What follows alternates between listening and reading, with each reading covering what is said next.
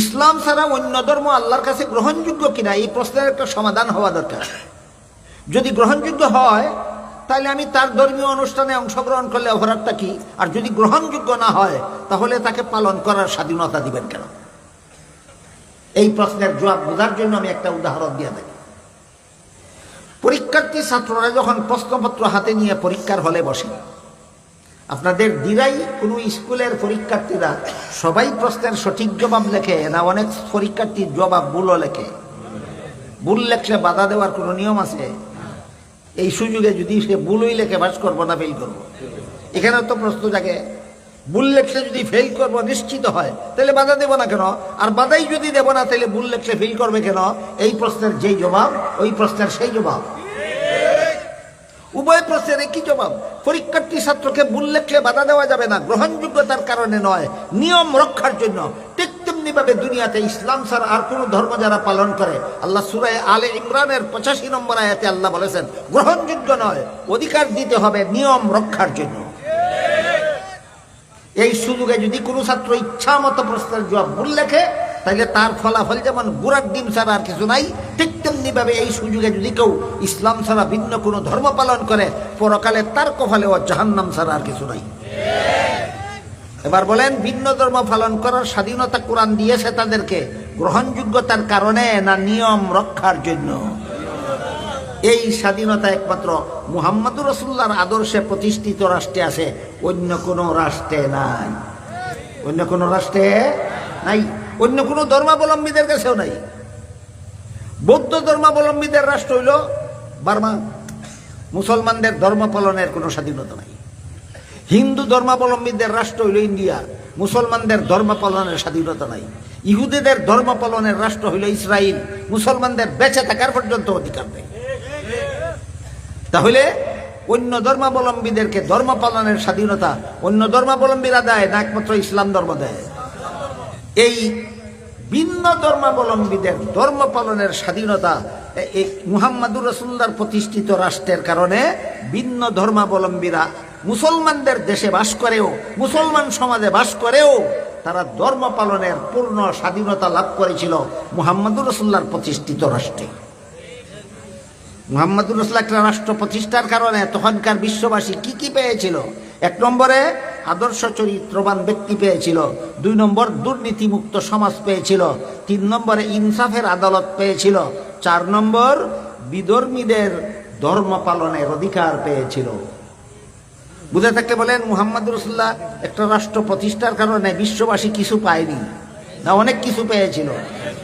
বর্তমান বিশ্ববাসী পেয়েছে না তখনকার বিশ্ববাসী পেয়েছিল?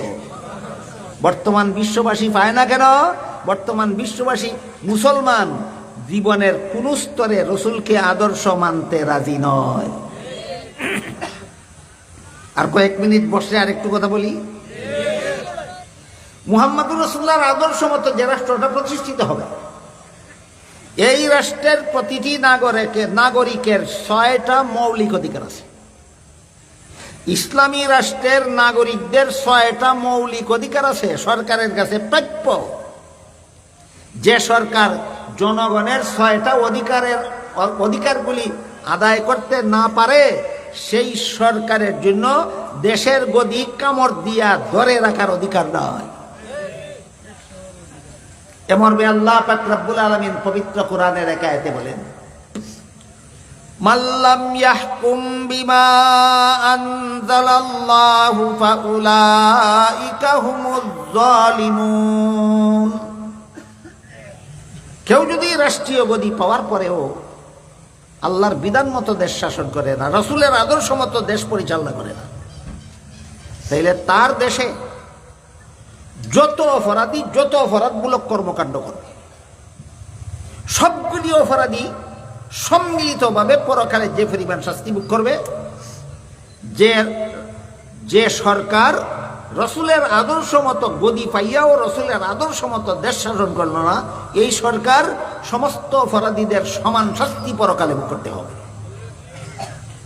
রসুলের আদর্শ মতো আদর্শ চরিত্র ব্যক্তি চরিত্র গড়ল না সরকার, রসুলের আদর্শ মতো পরিবার গড়ার ব্যবস্থা করে দিল না, রসুলের আদর্শ মতো সমাজ গড়ার ব্যবস্থা করে দিল না, রসুলের আদর্শ মতো আদালত পরিচালনা করলো না, রসুলের আদর্শ মতো দেশ শাসন করলো না। এমন সরকারের দেশে যত চুরে যত চুরি করবে, যত ডাকাতে যত ডাকাতি করবে, যত খুনিয়ে যত খুন করবে, যত জিনাকারে যত জিনা করবে, যত দুর্নীতিবাদে যত দুর্নীতি করবে, যত জালিয়াতিকারী যত জালিয়াতি করবে, যত অপকর্মকারী যত অপকর্ম করবে, সবগুলি মিলে যে পরিমাণ শাস্তি একা সরকারকে বহন করতে হবে পরকালে, সেই পরিমাণ শাস্তি। নারে তাকবীর, আল্লাহু আকবার। আল কোরআনের আলো ঘরে ঘরে চলো, ঘরে ঘরে চলো, আল কোরআনের আলো আল হাদিসের আলো ঘরে ঘরে চলো, ঘরে ঘরে চলো, আল কোরআনের আলো। তাকবীর। এই মর্মে হাদিস শরীফে আল্লাহ রাসূল বলেন, আলা কুল্লুকুম রাইন ওয়া কুল্লুকুম মাসউলুন আন রাইয়াতিহি। এর মর্ম হলো, তোমার অধীনে যদি কোনো মানুষ না থাকে, তোমার বউও নাই, বাচ্চাও নাই, কর্মচারীও নাই, গোলামও নাই, বান্দিও নাই, তোমার 3.5 হাত বডির প্রত্যেকটা অঙ্গের পাপ সম্পর্কে আল্লাহর কাছে জবাব দিতে হবে। বডির সমস্ত অঙ্গ প্রত্যঙ্গের ব্যাপারে আল্লাহর কাছে জবাব দিতে হবে আমার, যদি আমার অধীনে কোনো মানুষ না থাকে। আর যদি তোমার অধীনে অন্য লোক থাকে, যেমন দেশের সরকার, সমস্ত জনগণ সরকারের অধীন না সরকার জনগণের অধীন? সরকার জনগণের অধীন না জনগণ সরকারের অধীন? জনগণ সরকারের অধীন। কাজেই এই সরকারের অধীনস্থ জনগণের যত লক্ষ কোটি জনগণের যত অপরাধ করবে সবাই পাবে যে পরিমাণ শাস্তি। তুমি কেন ইসলামী রাষ্ট্র আল্লাহর আইন মতো দেশ শাসন করলে না? এই কারণে সমস্ত অপরাধীদের সমান শাস্তি একা সরকারকে ভোগ করতে হবে হাসরের মাঠে। আন্দোলন করে গদি দখল করে আলাওয়া, দিল্লির লাড্ডু খাওয়া দাওয়া, ফিরত তেল মালিশ করে আসরের মাঠে দাঁড়াইও, ফিরত তেল মালিশ করে আসরের মাঠে দাঁড়াইও। দেখেন, আর কয়েকটা মিনিট যদি আপনারা ধৈর্য ধরে শুনেন, মজার একটা ঘটনা শোনাই। রসুলের আদর্শ মতো যে রাষ্ট্র প্রতিষ্ঠিত হবে, এই রাষ্ট্রের মুসলমান অমুসলমান নির্বিশেষে সমস্ত নাগরিকের 6টা অধিকার আছে সরকারের কাছে। বলুন কটা? 6টা। 6টা অধিকার। এর শুধু হেডিংটা বলি, ব্যাখ্যা বিশ্লেষণের সময় আমার হাতে নাই। রাসূলের আদর্শ মতো যে রাষ্ট্র প্রতিষ্ঠিত হবে, এই রাষ্ট্রের মুসলমান অমুসলমান নির্বিশেষে সমস্ত নাগরিকদের 6টা মৌলিক অধিকার আছে সরকারের কাছে। যেই সরকার জনগণের 6টা অধিকার আদায় করতে পারে না, তার গদি কামড় দিয়ে ধরে রাখার অধিকার নাই। 6 অধিকারের 1 নম্বরটাই খাদ্য। সরকারের কাছে জনগণের খাদ্য পাওয়ার অধিকার আছে। হয়তো কৃষি খাতে ব্যয় করো, দেশে ফসল উৎপাদনের ব্যবস্থা করো, যেন দেশের খাদ্য দেশের জনগণের জন্য যথেষ্ট হয়। তোমার দেশের জমি যদি যথেষ্ট পরিমাণ খাদ্য উৎপাদনের যোগ্য না হয়, বেকার মানুষকে চাকরি দাও, চাকরির বেতন দিয়ে সে খাদ্য কিনে খাইতে পারবে। ফসলও যদি ফরাইবার ব্যবস্থা করতে না পারো, কিনে খাওয়ার মতো পয়সা উপার্জনের চাকরিও যদি দিতে না পারো, সরকার তুমি বিদেশ থেকে খাদ্য আমদানি করে জনগণের খাদ্য দিতে হবে। জনগণ, প্রত্যেকটা জনগণ আপন আপন খিদা নিবারণ উপযোগী খাদ্য পাওয়া জনগণের অধিকার এবং সরবরাহ করা সরকারের দায়িত্ব। 6 অধিকারের 1 নম্বর অধিকারের নাম খাদ্য। 6 অধিকারের 1 নম্বর অধিকারের নাম খাদ্য। এ খাদ্য যে সরকারের কাছে জনগণের প্রাপ্য একটা অধিকার, রসুলের আদর্শ প্রতিষ্ঠিত রাষ্ট্রে ওই অধিকারটা কিভাবে আদায় করা হইতো, এবার একটা ঘটনা কই শুনুন। আগেই বলেছি, হযরত উমর রসুলের প্রতিষ্ঠিত রাষ্ট্র পরিচালনার জন্য রসুলের পক্ষ থেকে দ্বিতীয় প্রতিনিধি ছিলেন, দ্বিতীয় খলিফা ছিলেন। খলিফা রসুলের দ্বিতীয় খলিফা মনোনীত হওয়া মাত্রই রাতের বেলায় নিরিবিলি প্রজাসাধারণের বাড়িতে বাড়িতে ঘোরাফেরা শুরু করলেন, আমার দেশের জনগণ ঠিকমতো খাদ্য পাইল কিনা তদন্ত করার জন্য। কারণ সরকারের কাছে জনগণের 1 নম্বর অধিকার। শুধু মুসলমান জনগণকে খাদ্য সরবরাহ করবে সরকার না সমস্ত জনগণকে? সমস্ত জনগণকে। এক বাড়িতে গিয়ে দেখলেন একটা বিধবা মহিলা তার কয়েকটা এতিম বাচ্চা খাওয়ার জন্য কাঁদতেছে, ঘরে খানা নাই। মহিলা খামোখা সান্ত্বনা দিয়া ঘুম পাড়াবার চেষ্টা করতেছে। খলিফা ওমর ডাক দিলেন, ঘরে কে আছে? দরজা খুলো। দরজা খোলার পরে খলিফা ওমর ঘরে, এই একটা বিধবা মহিলা ছিল, জিজ্ঞাসা করলেন, তুমি কি করতেছো ঘরে বসে বসে? তোমার বাচ্চা, এতিম বাচ্চারা কান্দে গেল। মহিলা বলে, জবাব পরে দেব, আগে আমার একটা কথা আছে। তোমার কি কথা? আমি শুনছি উমর বলে দেশের খলিফা হয়েছে। এই মহিলা উমরের নাম শুনছে, কিন্তু উমরকে দেখছে না কোনোদিন। আমি শুনছি উমর বলে দেশের রাষ্ট্রপ্রধান হয়েছে।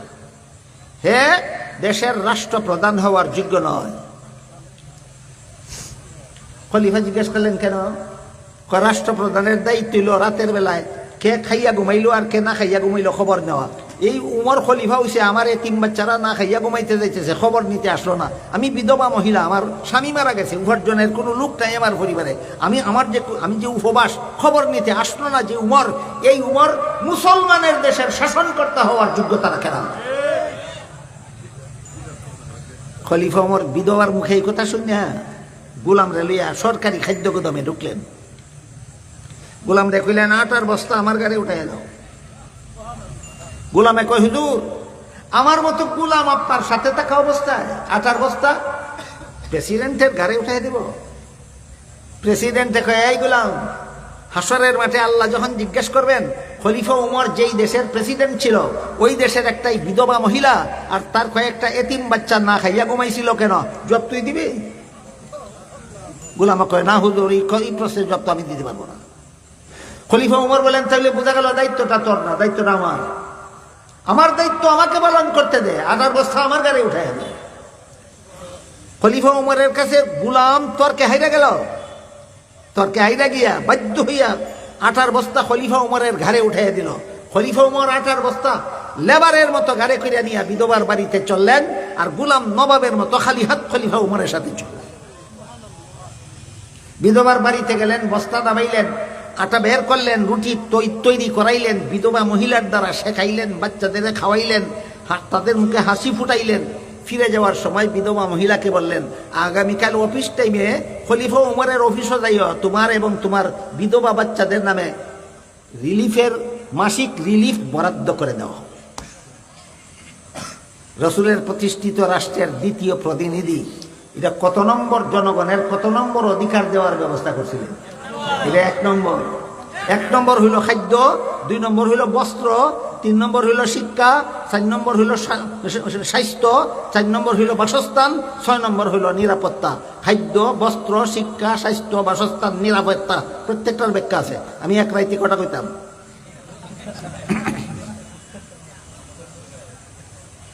রসুলের আদর্শে যে রাষ্ট্র প্রতিষ্ঠিত হবে, এই রাষ্ট্রের মুসলমান ও মুসলমান নির্বিশেষে সমস্ত নাগরিকের 6টা মৌলিক অধিকার আছে। রসুল একটা রাষ্ট্র প্রতিষ্ঠা করার কারণে অধিকারগুলি বিশ্ববাসী পেয়েছিল। বর্তমানে রসুলের আদর্শে কোনো রাষ্ট্র প্রতিষ্ঠিত নাই, একমাত্র আফগানিস্তান ছাড়া। এই জন্য বর্তমান বিশ্ববাসী রসুলের প্রতিষ্ঠিত রাষ্ট্রের উপকারিতা থেকে বর্তমান বিশ্ববাসী বঞ্চিত রয়েছে। আর 2-3 মিনিট শুনলে বস্ত্র সম্পর্কে একটু কথা বলি। 6 অধিকারের 1 নম্বর হইল খাদ্য। কে পাইব কার কাছে? জনগণে পাইব সরকারের কাছে। 2 নম্বর অধিকার হইল বস্ত্র, উপযোগী পোশাক সরকারের কাছে, জনগণের পাওনা। হয়তো বস্ত্র উৎপাদন ফ্যাক্টরি প্রতিষ্ঠা করো, কাপড় উৎপাদন করো, জনগণে কিনে নেওয়ার সুযোগ করে দাও, না হয় বিদেশ থেকে আমদানি করো, জনগণ কিনে নেবার সুযোগ করে দাও। ফ্যাক্টরিও তুমি স্থাপন করবে না, বিদেশ থেকে আমদানিও করবে না, কাপড়ের অভাবে জনগণ কষ্ট করবে। তোমার মতো অপদার্থ সরকার গদিতে বসে রাখার অধিকার নয়। এই 2 নম্বর অধিকারটা জনগণের রসুলের দ্বিতীয় খলিফা কিভাবে আদায় করেছিলেন, এর একটা ঘটনা বলে আজকের মতো কথা শেষ করি। খলিফা ওমর রাষ্ট্রপ্রধান সাব্যস্ত হইয়া জনগণকে মাথা পিছু 1টি করে সরকারি চাদর বিতরণ করলেন। শুক্রবারে জুমার নামাজের খুতবা দেওয়ার জন্য উমর যখন মিম্বরে দাঁড়ালেন, দেখা গেল উমরের গায়ে সরকারি রিলিফের চাদর 2টা। জনগণে দিয়েছেন মাথা পিছে 1টা, নিজে ব্যবহার করছেন 2টা। একজন সাধারণ মুসল্লি দাঁড়াইয়া বলে, হুজুর আমাদেরকে সরকারি চাদর 1টা দিলেন, আপনি 2টা নিলেন কোন অধিকারে? জবাব দিতে না পারলে আপনার খুতবাও শুনবো না, আপনার পিছনে নামাজও পড়বো না। খলিফা ওমর বলেন, তোমার প্রশ্নের জন্য তোমাকে ধন্যবাদ। বর্তমান দুনিয়ার কোন রাষ্ট্রপ্রধানকে একজন মসজিদের মুসল্লি যদি কয়, কার পয়সা দিয়ে পোশাক বানাইছ, কার পয়সা দিয়ে কোটি টাকার গাড়ি কিনছ, কার পয়সা দিয়ে আকাশ ছোঁয়া বাড়ি কিনছ, আর কার বাপের 50 লক্ষ কোটি টাকা বিদেশ পাঠাইছ, কইব তোমারে ধন্যবাদ না দৈন্যা কুটা দিব? ধন্যবাদ কইতো না, দৈন্যা কুটা দিব। খলিফা ওমর বলেন, তোমার প্রশ্নের জন্য তোমাকে ধন্যবাদ, কিন্তু দুঃখিত আমি প্রশ্নের জবাবটা আমি দিতে পারবো না, আমার ছেলে আব্দুল্লাহ দেবে। উমরের ছেলে আব্দুল্লাহর কাছে যখন জবাবের দায়িত্ব গেল, আব্দুল্লাহ দাঁড়ায় বলেন, আমার বাবা যেভাবে তোমাদেরকে মাথা পিছু একটি করে চাদর বিতরণ করেছেন, সরকারি চাদর বিনামূল্যে বিতরণ করেছেন, আমার বাবাও একটি চাদরই গ্রহণ করেছিলেন, কিন্তু ঘটনা হইল একটা রিলিফের চাদর ছাড়া আমার বাপের আর কোনো কাপড়ই নেই। কত বড় দেশ শাসন করত, অর্ধেকটা পৃথিবীর সমান দেশ শাসন করত, রিলিফের চাদর ছাড়া তার আর কোনো কাপড়ই নেই। নিম্নাঙ্গে পড়লে ঊর্ধ্বাঙ্গ খোলা থাকে, ঊর্ধ্বাঙ্গে পড়লে নিম্নাঙ্গ খোলা থাকে।